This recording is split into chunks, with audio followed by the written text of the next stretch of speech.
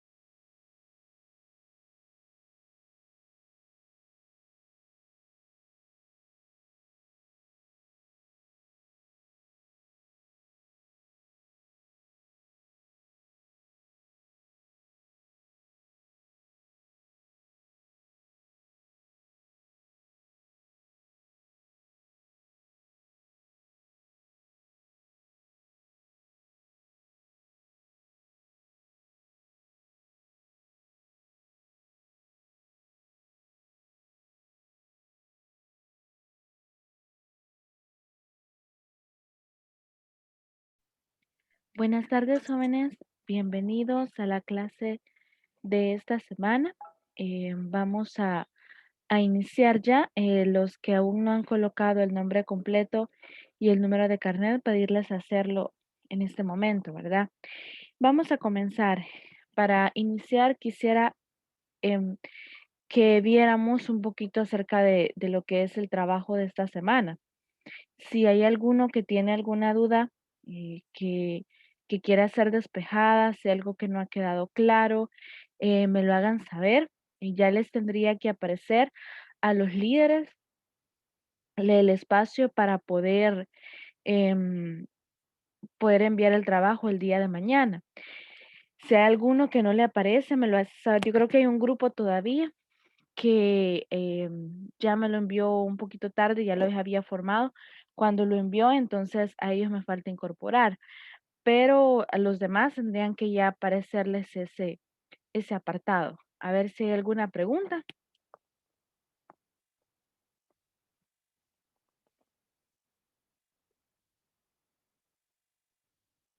¿No hay dudas entonces? Yo No, respecto... licenciada. Perdón. No, habla tú primero. Solo confirmar que, digamos, serían, o sea, como nosotros lo hemos repartido en el grupo, es que hemos agarrado los temas, o sea, las Ujú. cositas de que vamos a sacar análisis y vamos a hacerlo como, digamos, individualmente, el análisis por tema. Así está bien, ¿verdad? Yo les decía que, bueno, al menos yo le veía un poco de dificultad hacer eso, porque cuando no se reparte, a veces no hay como coherencia. Tiene que haber alguien que al final del trabajo em, ordene nuevamente el trabajo y una todas las ideas. ¿En qué sentido? En que pueda hacer que una conecte con la otra, porque recuérdense que el tema en sí es la evolución, como lo que ha tenido. Bueno, se los voy a leer textual, como está en el aula digital, para que después no haya ninguna duda. ¿Me permiten un momentito? Uy, perdón.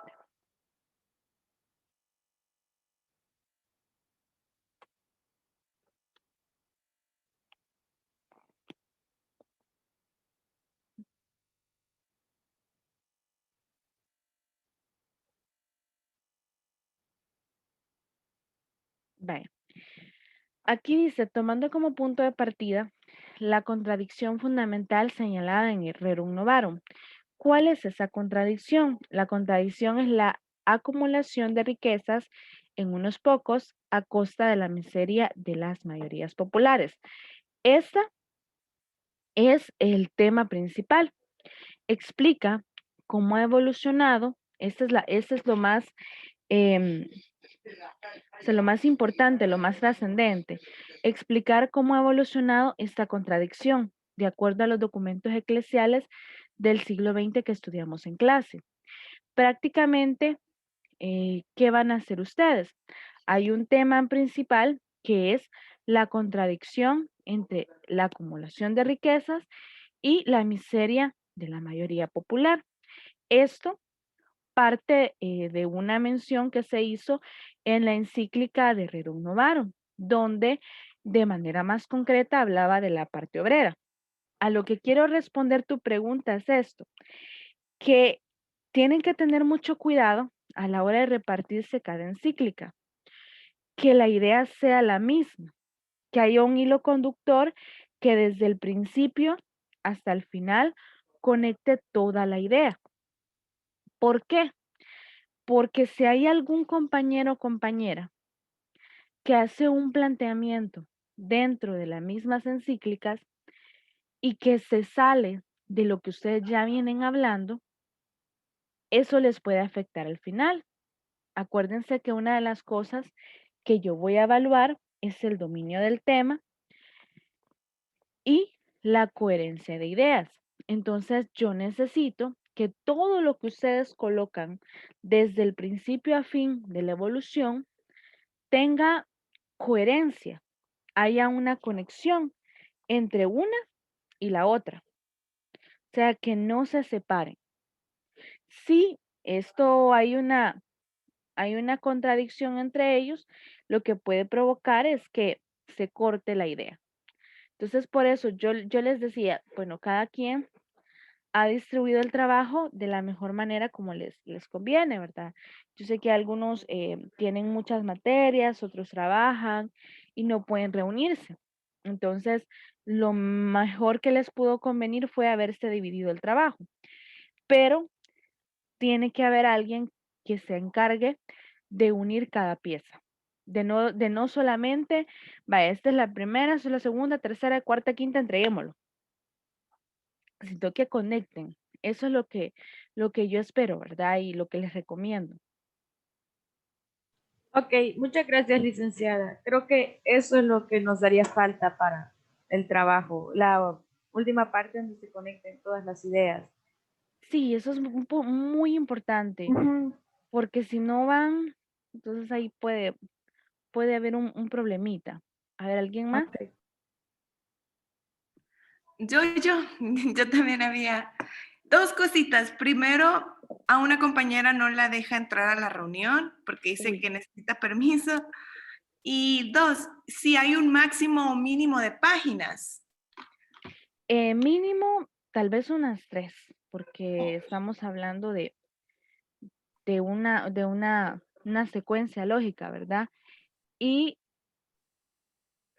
máximo, pues un máximo a nivel general, pues no tenemos, pero sí como mínimo 3 páginas. Ok, perfecto. Gracias. Bueno,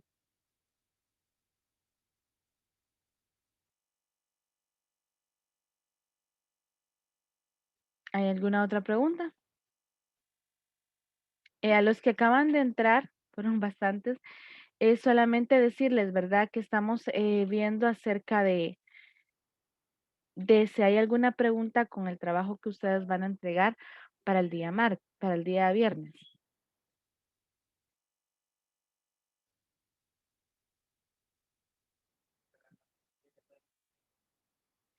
¿No hay ninguna otra pregunta entonces? ¿Todo está claro?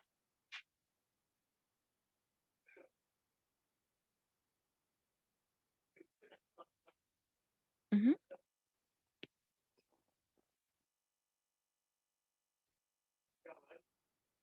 No, ok.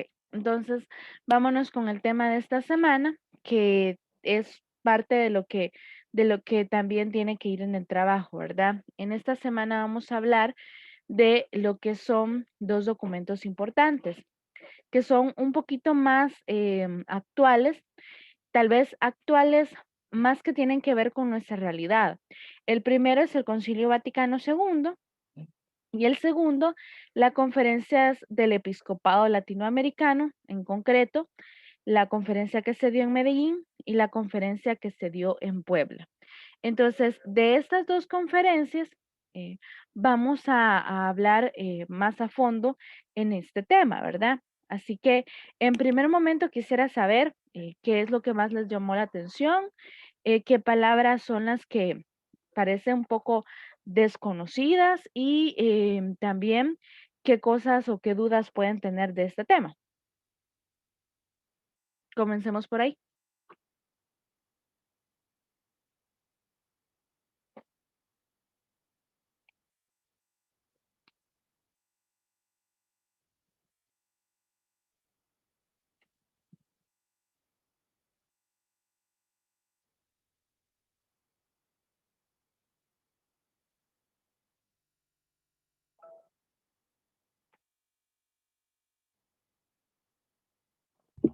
Se lo escribí porque no sé cómo se dice. Ajá. Tu duda es, ¿qué significa? Sí. Vaya. Igual tenía, bueno, lo que estoy leyendo, según lo Ujú. que yo entendí, no sé si estoy en lo correcto, ¿verdad? Porque no solo en lo que mandó, sino que en Inter.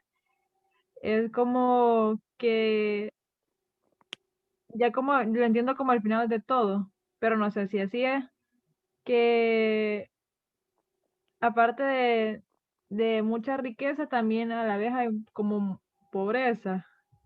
No sé si me voy a entender. Sí, Como, o sea, ha pasado todos los acontecimientos históricos, ¿verdad? Y han tenido tanta riqueza como en un mundo contemporáneo, pero al mismo tiempo ha tenido tanto empobrecimiento. Así lo entiendo, ¿no? Es lo correcto, sí, ¿no? Quizás vamos a partir desde ese punto, Gabriela, ya que tú lo compartiste. Vaya, en primer momento, Gaudium Spes es en latín la iglesia en el mundo contemporáneo. Ahora, partiendo de eso, de una iglesia en un mundo contemporáneo, em, estamos hablando, quizás vamos a contextualizar un poco esto de la riqueza y pobreza, porque tal vez puede que alguno no le haya entendido muy bien a esta parte. Vaya, hablamos de la riqueza acumulada en la minoría y la pobreza acumulada en la mayoría. ¿Qué opinan ustedes?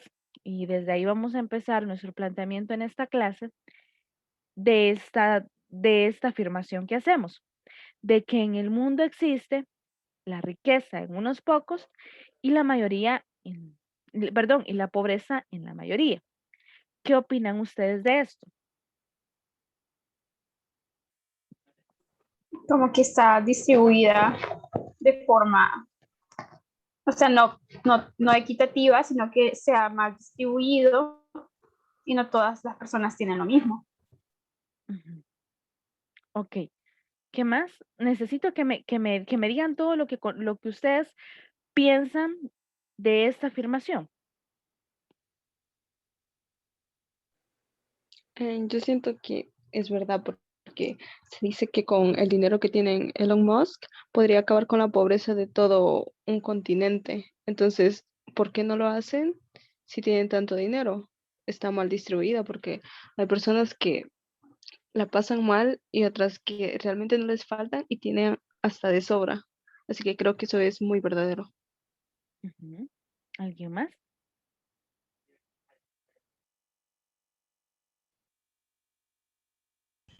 Yo siento que hay muchas injusticias, como dice usted, a nivel económico, porque aún los ricos, estamos en el punto en que los ricos se siguen haciendo más ricos a costilla de nosotros los pobres, entonces no hay una equidad económica, no hay una igualdad, y eso viene desde hace tiempo, ¿verdad? No es nuevo, entonces si no se ha logrado esa igualdad económica. Gracias. ¿Alguien más?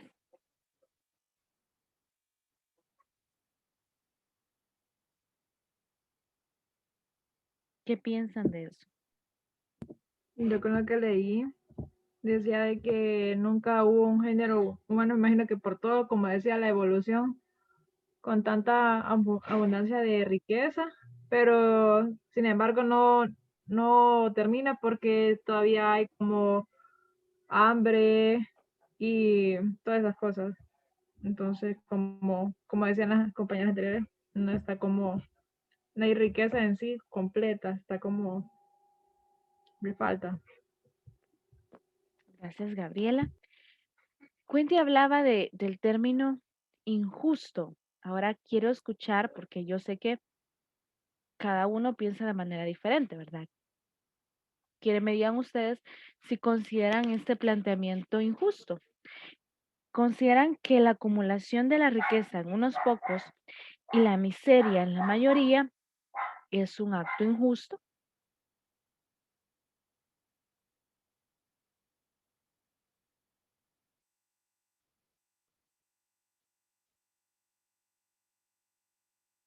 ¿Qué piensan?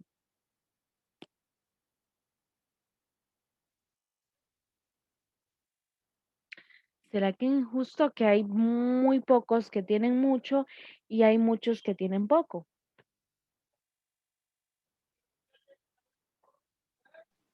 No, licenciada, o sea, desde que se ve, no es justo, pero esto viene desde hace tanto tiempo que, digamos, ya cambiarlo sería un trabajo súper complicado y es un trabajo que si no, digamos, las grandes empresas no van a renunciar a su dinero, no quieren renunciar a eso ni por el medio ambiente, no digamos, o sea, un medio viven donde a ellos después les va a afectar, bueno, tal vez no a ellos, sino que a sus hijos, a sus nietos, y no quieren hacerlo ni por las mismas personas que vienen de ellos, menos lo van a querer hacer por, digamos, por nosotros o por las personas que tienen menos. Ujú. ¿Qué piensan los demás? ¿Es injusto que haya esa desigualdad? Catherine, ¿querías compartir algo?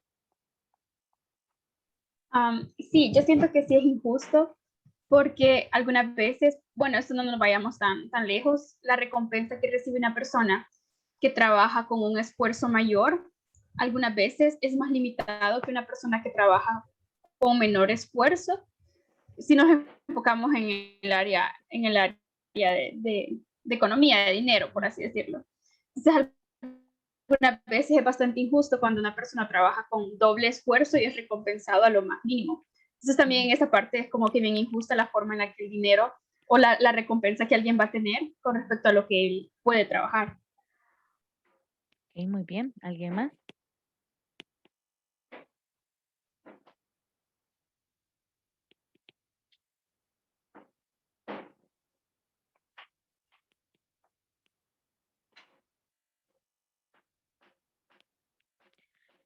Sí, es injusto porque la riqueza se encuentra mal distribuida y solo es una pequeña parte de que puede gozar de mayores, permítame, puede gozar de mayores bienes y la gran mayoría solo lo mínimo, dice Carla. Liliana, yo considero que es injusto porque no se le da la oportunidad a todos por igual de aumentar sus riquezas. Como decía una de las compañeras, ahora los ricos les siguen robando a los más pobres para hacerse aún más ricos y tiende a ser bastante celosos en cuanto a su comunidad, eh, por decirlo de esta forma. Son muchos factores los que deben analizar, dice Brian. Así que depende si es injusticia o no. Y eso es lo que quiero que analicemos, porque yo esta pregunta pues siempre la he tratado de hacer y hay algunos que me dicen, pero es que no es injusto porque al rico le ha costado mucho tener lo que tiene, porque muchas de estas personas trabajan y hay personas que no trabajan tanto y claro, obviamente no tienen lo necesario. Entonces, por eso es que es importante poner en la balanza. Dice Jared, la desigualdad no es injusta, ya que la gente de dinero cada ganancia que tiene lo invierte, en cambio, la gente pobre lo gasta en comprar cosas innecesarias, como para embriagarse, ropa de alto precio, en restaurantes y así. Es decir, que los pobres gastamos más de lo que ganamos en vez de invertirlo. ¿Qué piensan los demás? Ya poniéndolo desde el punto de vista de lo que dice Jared, ¿qué piensan los demás?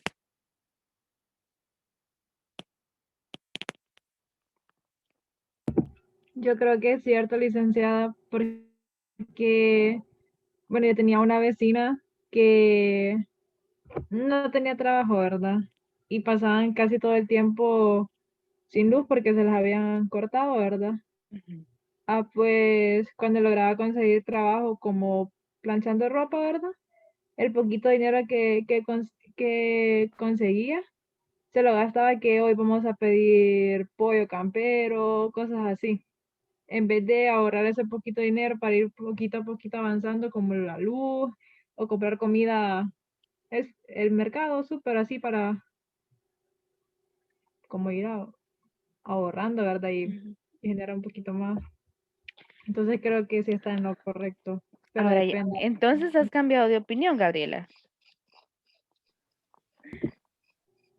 Licenciada, yo estoy en contra de Ajá. lo que dice Yaret y Danilo, Ujú, porque al igual la gente de dinero, como lo llama él, también gasta en cosas innecesarias. Y esta que dice, la gente pobre se le hace, o sea, cuando dice invertir, no tiene los medios, o sea, no estamos en el mismo desarrollo, no es como que estas personas, pues, o sea, si ganan $300, no voy a justificar a los borrachos que gastan todo su sueldo en alcohol, no voy a justificar a las personas que compran cosas innecesarias, pero para una persona con el sueldo mínimo o aún así una persona que gane más del sueldo mínimo, es bien difícil compararse a hacer una inversión como las personas de dinero. No vamos a hablar, digamos, una persona que gana $500 al mes, que es mucho más del sueldo mínimo, porque sabemos que aquí ganamos $300, que tiene que pagar casa, tiene que pagar carro, tiene que pagarlo a los hijos, si tiene uno, si tiene dos, se le va dificultando según cuántos hijos tenga. Alguien que gane 5,000, 10,000, $12,000 al mes. El pobre no es pobre porque quiere, sino es pobre por el sistema en que vivimos, que los grandes trabajos se lo dan a personas que han tenido la oportunidad de estudiar. Nosotros somos privilegiados al poder estudiar una carrera universitaria, pero hay personas que todavía son aún más privilegiadas porque si nosotros estamos con esfuerzo, hay personas que pueden pagar universidades en otros países, que pueden pagar muchos cursos de idiomas, prepararse aún más académicamente, y a esas son las personas que se le dan trabajos que van a ganar más. No es como que el pobre elija ser pobre y nunca salir de ahí. O digamos, no es como que digan, no trabajas porque no querés, o no trabajas porque no querés poner un negocio. Es muy difícil poner un negocio en este país. Intentar emprender también es algo que no es solo porque somos haraganes, no lo hacemos, es solo porque no queremos, no lo hacemos.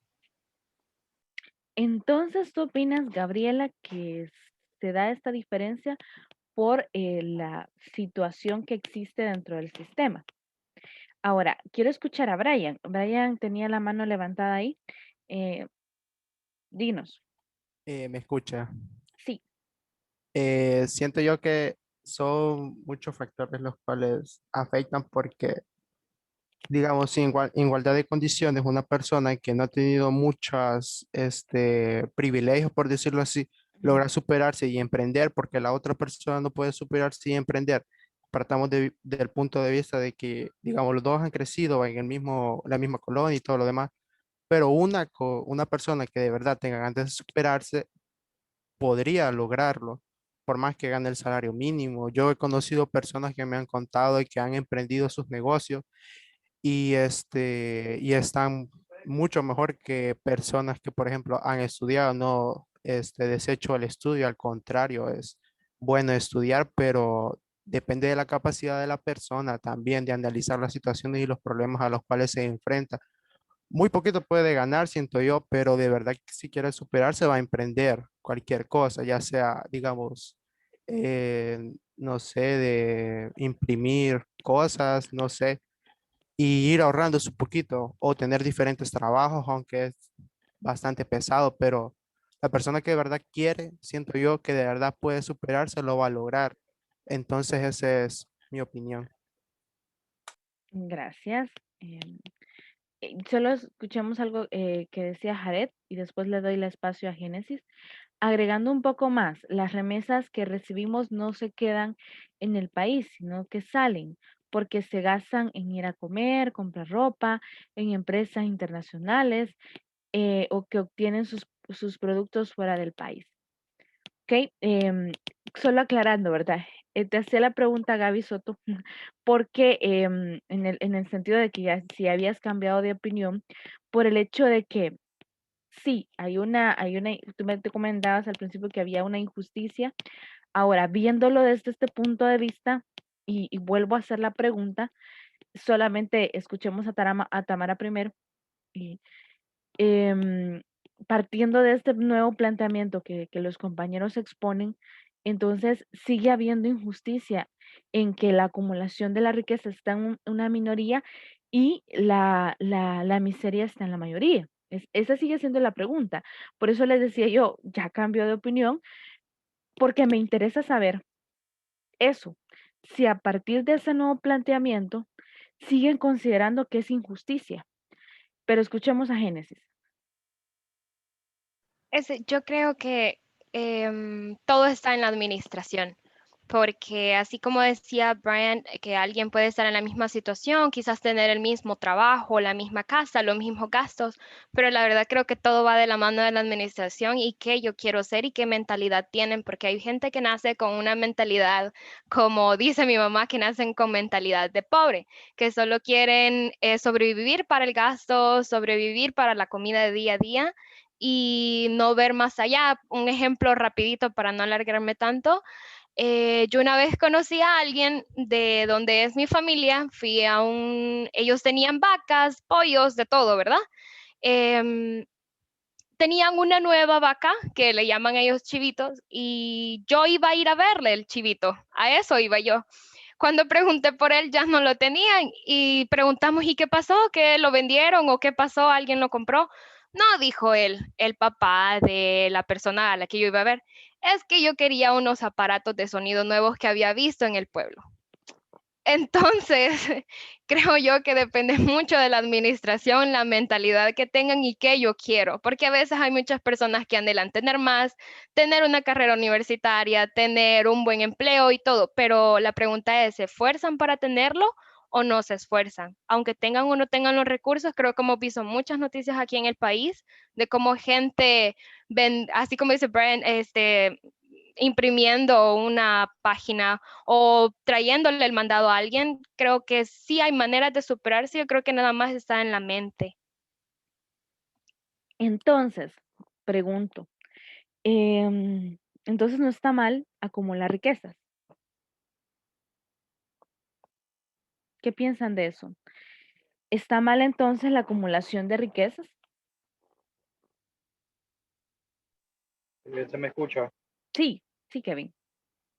Pues la acumulación de riqueza, pues no es malo. De hecho, si la persona administra bien el dinero, eh, pues puede llegar a ser muy rico y sabe administrar su dinero, su vida, las cosas en las que se lo gasta, pues no es malo. También depende en qué lo ocupe. Hay muchas personas que lo ocupan para, no sé, cosas malas o posiblemente inversiones.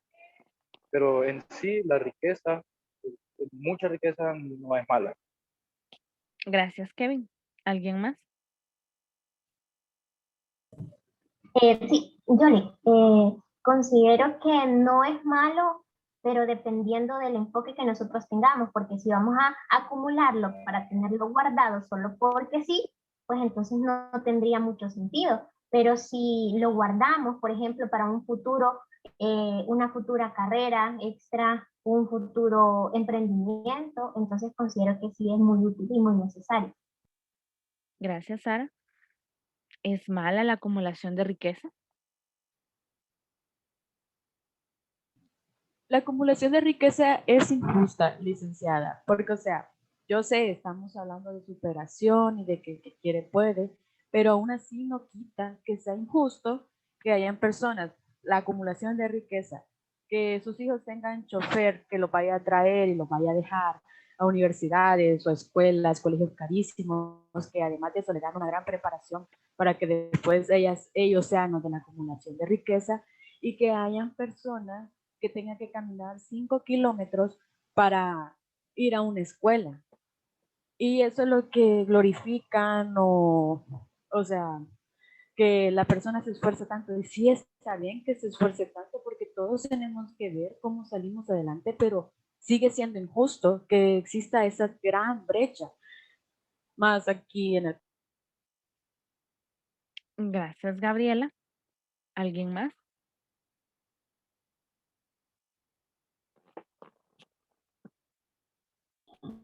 ¿Será Pues mala? yo siento que es, o sea, en base a todo, en base a todas las opiniones y en todo, o sea, en lo que yo veo es que todo es tan circunstancial, porque si nos ponemos a evaluar caso por caso, o sea, por eso es que normalmente los gobiernos no se dedican en cosas tan circunstanciales o no se ponen a evaluar caso por caso, y por eso la justicia o cualquier tipo de acción es tomada de forma general, ¿verdad? Porque es mucho más difícil ver caso por caso y evaluar si es justo o no justa la riqueza o no riqueza de esa persona, ¿no?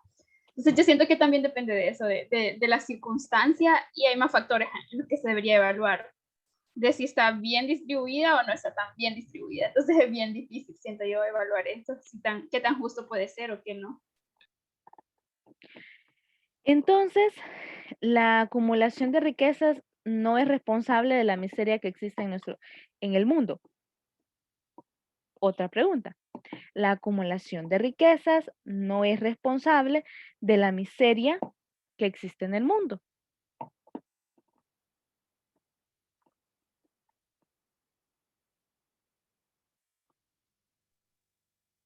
Pues mi opinión es que no es responsable de eso. ¿Por qué? ¿Por qué no es responsable? Pues bueno, ya hablando quizás la lógica sea otra, pero cuando nosotros decimos de que la acumulación de riqueza causa eso en sí, no podemos decir, es que porque él tiene más dinero yo no tengo. Es como, no sé cómo explicárselo, pero para mi opinión, no, porque cada persona se esfuerza por tener su dinero. Está bien, lo acumula, pero hay gente que acumula como en modo ahorrativo. Entonces, y sí, lo tienen retenido, pero en algún momento de su vida lo puede ocupar para alguna necesidad. Pero igual, eso no quiere decir de que solo por eso haya miseria en el país, en un país o en cualquier lado. Ok. ¿Alguien más? ¿Alguien que piense diferente o que piense igual? La acumulación de riquezas es responsable de la miseria de muchos. Yo tengo como duda y comentario. Digamos, con respecto a la acumulación de riqueza, algo que se me viene mucho a la mente es cuando cierto sector, cierta empresa o retienen como bastantes cantidades de dinero, solo se mueve el dinero entre ellos mismos, podría ser como un tipo de acumulación de riqueza, ¿verdad? Que el dinero se mueve entre ellos. Si es así, podría ser que sí, pero la verdad no tengo muy clara la idea porque eso es lo que a mí se me viene a la cabeza, que acumulación de riquezas, que acumularlo, digamos, dentro de una empresa o que la Universidad Don Bosco solo mueve su dinero dentro de sus mismos maestros y no le dan oportunidades a otros de ingresar, o de que ese es darle como oportunidades a alguien más de ingresar y como ganar de eso mismo. Eso se me viene a mí a la mente como acumulación de riqueza. Cuando hablamos de acumulación de Si riquezas es así, quizás sí. cuando hablamos de acumulación de riqueza es cuando una persona tiene más de lo necesario y sigue acumulándolo y lo acumula y lo acumula y lo acumula y esta persona crece económicamente, ya tiene solventado lo básico en su vida y aparte de eso tiene mucho más dinero. Entonces, y hay mucha gente que ni siquiera tiene para lo básico. Entonces, ante este planteamiento, es por eso lo que yo les decía. ¿Será que entonces esta acumulación de riquezas planteada desde este punto de ya solventé mi básico y tengo aún más y quiero tener aún más? Ahora, hay personas que no lo tienen. Por ejemplo, el hecho de ya tengo una casa digna, pero no, quiero tener otra casa. Y esta casa que sea la casa de campo. Y es probable que solo la vaya a ver una vez al mes o una vez cada 15 días. Y aparte de eso, tener otra casa en otro país. Entonces, tengo una acumulación de riquezas. ¿Por qué? Porque yo no necesito 3 casas. Yo necesito una. Y que esta casa tenga todo lo necesario para que yo viva dignamente. Un techo, las habitaciones para los miembros de la familia, tenga al menos un espacio para el aseo, tenga un espacio para la cocina donde yo pueda sentirme bien, tenga un espacio para recibir las visitas, una casa digna. Ahora, hay mucha gente, o sea, la situación es esta. Una persona puede tener 3, 4 casas grandísimas, pero hay gente que ni siquiera tiene una casa, que su casa está hecha de bajareque, el techo está por caerse, en un cuarto duermen 5 personas, eso no es una vivienda digna. Entonces, Licenciada, ajá, dígame, perdón, Gabriela. perdón. No, diga. No, está bien. Cuando hablamos de acumulación de riqueza, lo único que se me viene a la mente son los Poma, una de las familias más ricas de aquí de El Salvador, por el grupo Roble. Ujú. Los Poma con tantísimo dinero que digamos no podemos ni mirar cuánto dinero tienen, que dueños de la mitad de la orilla de este lago de Santa Ana, La se me isla de olvidaba el nombre, Méndez. perdón. O sea, unas personas con tanta acumulación de riqueza, sus hijos ya no están ni menor, digamos, Fernando Poma no ha tenido ni por qué trabajar, más que andar en las fundaciones, andar poniendo la cara, que somos la familia Poma, pero ¿cuánto gana una persona que hace el aseo en el Grupo Roble? O sea, perdón, en un centro comercial del Grupo Roble. Gana los 320. Esas personas no tienen, digamos, para lo necesario. Así como dice usted, si tienen hijos tienen que dormir los 5 en el mismo cuarto, no tienen una vivienda digna, tal vez no tienen ni vehículo. Y, digamos, los dueños de eso tienen tanto. Es ahí donde la acumulación de riqueza no, o sea, a mí no me parece bien la acumulación de riqueza, creo que nos fijamos. Y pues, o sea, no es porque ellos no puedan, porque sí, podrían darles más sueldo y aún así no sería justo. No sería justo que digamos que algo nacional, como lo es este lago, el lago de Coatepeque, el lago de Coatepeque que podría servir tanto para el turismo, que podría servir tanto para que otras personas hicieran un negocio, que podría servir para tantas cosas, venga y sea la mitad de ellos. Yo tengo algo con eso que dijo Gabriela. Perdón, licenciada, iba a hablar. Diga, no, dígalo, Ok. dígalo. No, con lo que dijo Gabriela, vaya, le dije rapidito la isla de Méndez porque yo ya he ido a esa isla anteriormente. No me codeo con nadie, ni los tan siquiera sé quiénes son ni nada. Pero yo he ido porque hay una persona que cuida esa casa que está en el centro de la isla de Méndez. Entonces, por esa razón, yo fui a esa casa, ¿verdad? Pero en esa casa, en el tiempo que yo fui, que fue hace muchísimos años, ahora no sé cómo será, pero no había luz, a la noche se prendían fogata, velas y todo, ¿verdad? Pero eran con baterías. Y llegó un comentario a eso, porque yo dije, ¿cómo puede ser que ellos no tengan luz acá, por Dios? O sea, teniendo tanto dinero y la casa tan bonita y eso.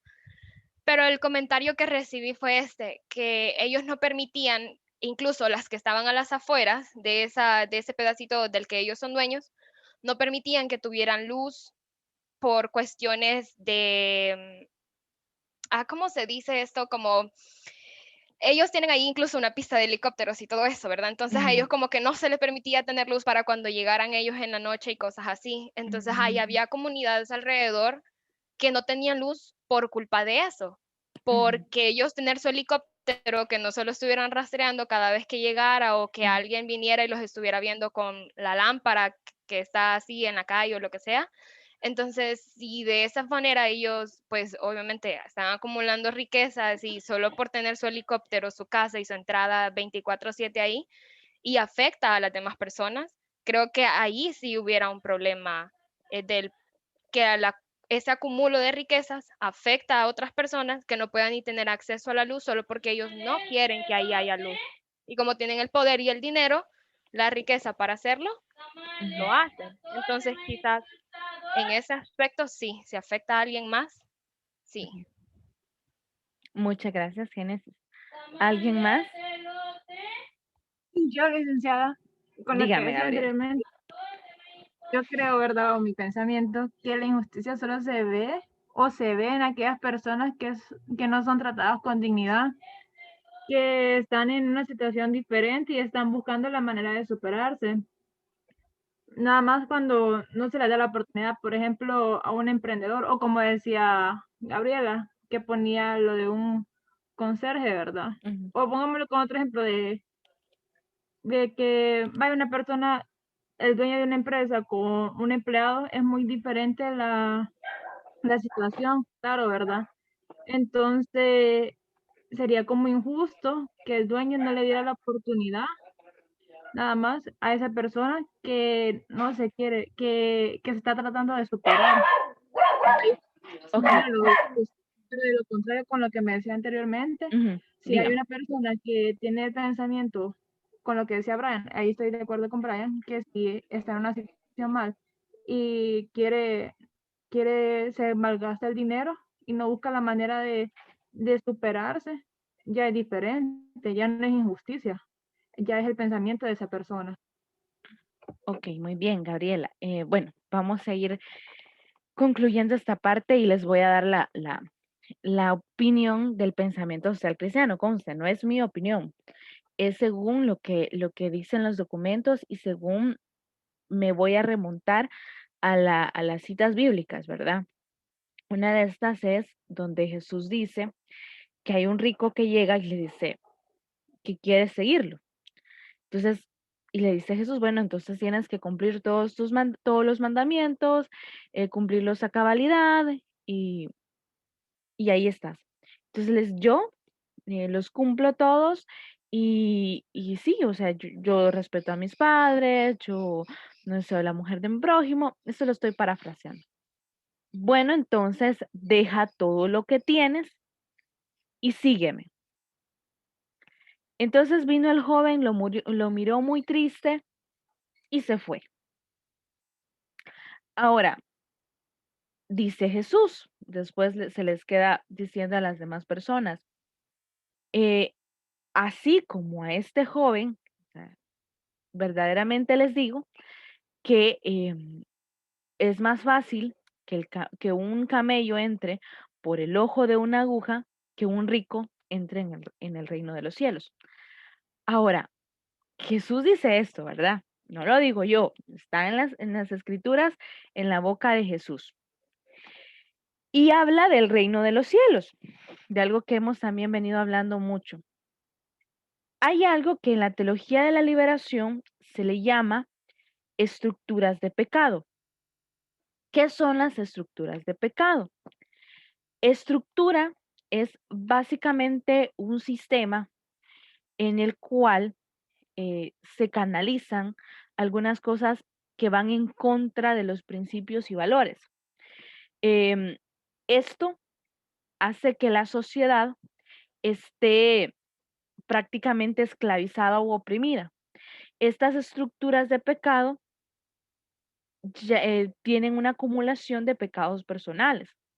Dentro de nuestra sociedad, al igual que de todas las sociedades, hay estructuras de pecado que impiden el desarrollo pleno, del desarrollo que hablábamos la clase anterior, no del desarrollo que estamos acostumbrados a conocer, que es el de tener un avance tecnológico y todo lo demás, sino estamos hablando de un desarrollo pleno, donde el ser humano se sienta que todos sus derechos y se le estaba garantizando una vida digna, una vida donde prevalece el bien común.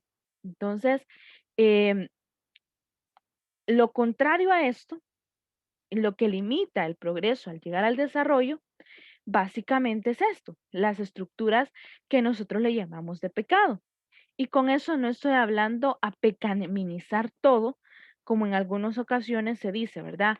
No es que si te pones esa ropa es pecado, que si haces esto es pecado. No, estamos hablando de los pecados como tales, como la corrupción, como la impunidad, como la injusticia, como el aprovechamiento de bienes. Entonces, y veíamos también en temas anteriores que había uno de los principios que es la distribución de los bienes de manera equitativa. Entonces, que toda la creación tenía derecho a estos bienes. Y el problema de lo que hacen estas estructuras de pecado es acumular estos bienes en una porción muy pequeña de la sociedad. Y esto no permite que las otras porciones de la sociedad aprovechen estos bienes. Entonces se privatizan. No digo con esto que la propiedad privada esté mal, pero la propiedad privada que acumula bienes de sobra, esa sí no está correcta. ¿Por qué? Porque no permite que alguien más pueda gozar de esto, no pueda aprovechar esto. Y a veces esta propiedad privada de acumulación sirve como método de destrucción para el mismo planeta. Ahora, algo que decía el documento de Medellín es que el subdesarrollo es lo opuesto entonces al desarrollo. Eso ya lo sabemos, ¿verdad? Pero conocemos el subdesarrollo como aquellos países que no tienen un desarrollo económico, que no tienen un desarrollo tecnológico, cuando en realidad también el subdesarrollo surge a partir eh, de la división que se hace, de la injusticia social, de aquello que va en contra y contradice la paz, aquello que no permite que exista paz. Entonces, entre eso que no existe, que no permite que exista la paz, perdón, está lo que llamamos nosotros estructuras, de las cuales nosotros somos parte. Yo les hacía la pregunta de que si estaba bien o que si la riqueza es en cierta parte la responsable. ¿Por qué? Porque yo entiendo y es justo, o más que justo, o quizás la palabra es lógico, de que en algunos de ustedes piensen de esa manera. ¿Por qué? Porque todos quisiéramos que no nos faltara nada. Todos quisiéramos poderle dar a nuestra familia lo necesario, si es posible más de lo que necesita. Todos lo quisiéramos. Sí, me imagino, ¿verdad? No sé, si ustedes están estudiando una carrera es porque en algún momento ustedes quieren lograr llegar a lograr ser dueños, lograr tener con qué apoyar a su familia, que no les falta absolutamente nada. Todos quisiéramos eso. El problema de ese querer ser o de querer llegar es el hecho de las limitantes que el mismo sistema pone. Así como decía un compañero, hay gente que ha emprendido y que ha logrado tener, está bien, pero hay gente que tiene de sobra, que no tiene miles de dineros, sino tiene millones y millones que puede pasar toda su vida y nunca, nunca se los va a terminar. Y al mismo tiempo que esta persona tiene millones, hay personas que no tienen nada. Esto es parte de la responsabilidad de esto, es lo que decimos nosotros y lo que dice un compañero es el consumismo, la falta de organización que los pobres tenemos, precisamente ¿por qué? Porque al mismo sistema le conviene que el pobre no tenga una educación. El mismo sistema le conviene que la joven que salió de bachillerato en un pueblito, después de salir de bachillerato, su aspiración sea tener una familia a la par de la champita de la casa de la mamá, tener una familia ella también. Y a los 18, 19 años quedar embarazada. Entonces, esas no son las aspiraciones, eso es lo que muchos se quedan. ¿Pero por qué? ¿Por qué eso pasa? Porque ellos se han conformado, porque ellos no tienen una aspiración más allá o porque simplemente al mismo sistema le conviene que no tengan esa aspiración y que no tengan la educación. Es allí donde va a jugar la iglesia un papel muy importante y allí vamos los cristianos. El pensamiento social cristiano juega un papel importante y es en la opción preferencial por los pobres. Cuando digo esto no es que redunda, es que el mismo Jesús hizo una opción, pero esa opción, aparte de ser una decisión hacia, o sea, una cierta parte, es preferencial. O sea, todavía le agrega la parte preferencial, que es tener una predilección por, en este caso, los pobres. ¿Por qué? Porque no tienen la educación adecuada, porque no tienen los recursos necesarios. Y sí, entiendo que hay mucha gente que está esperando a que le den. Y entiendo que hay mucha gente que no tiene la aspiración, eso es real, pero al rico le conviene. Y eso es algo que no podemos negar. Al rico le conviene que no haya aspiraciones. ¿Por qué? Porque mientras la sociedad no tiene aspiración, entonces su riqueza está asegurada. Mientras no haya competencia en el mercado, entonces mi riqueza está asegurada. Mientras yo tenga cómo mantener más o menos contento a mis empleados, mi riqueza está asegurada. ¿Qué pasa si uno de los empleados no está a gusto? Justo lo despide y hay 1000 más detrás de él que quieren su empleo y que puede que lo hagan mejor todavía que el que acaba de despedir. Entonces, para ellos no es una pérdida. ¿Qué pasa? Y esto lo podemos ver evidenciado y es una realidad que pasó y que es así, aunque algunos pues tengamos nuestras dudas con esto, ¿verdad? Yo hace poco, bueno, hace unos añitos me dieron a leer un documento que se llamaba la riqueza le tiene miedo a los pobres. Entonces a mí me entró mucha curiosidad porque yo dije, ¿cómo es eso que la riqueza le va a tener miedo a los pobres? Eso no pasa, o sea, no. Y es que el planteamiento del documento es este. Mientras el pobre no tiene la herramienta para alzarse y para luchar por sus derechos, entonces el rico puede ser, tiene poder, tiene riqueza, tiene conectes, tiene muchas cosas en las cuales someter al pobre.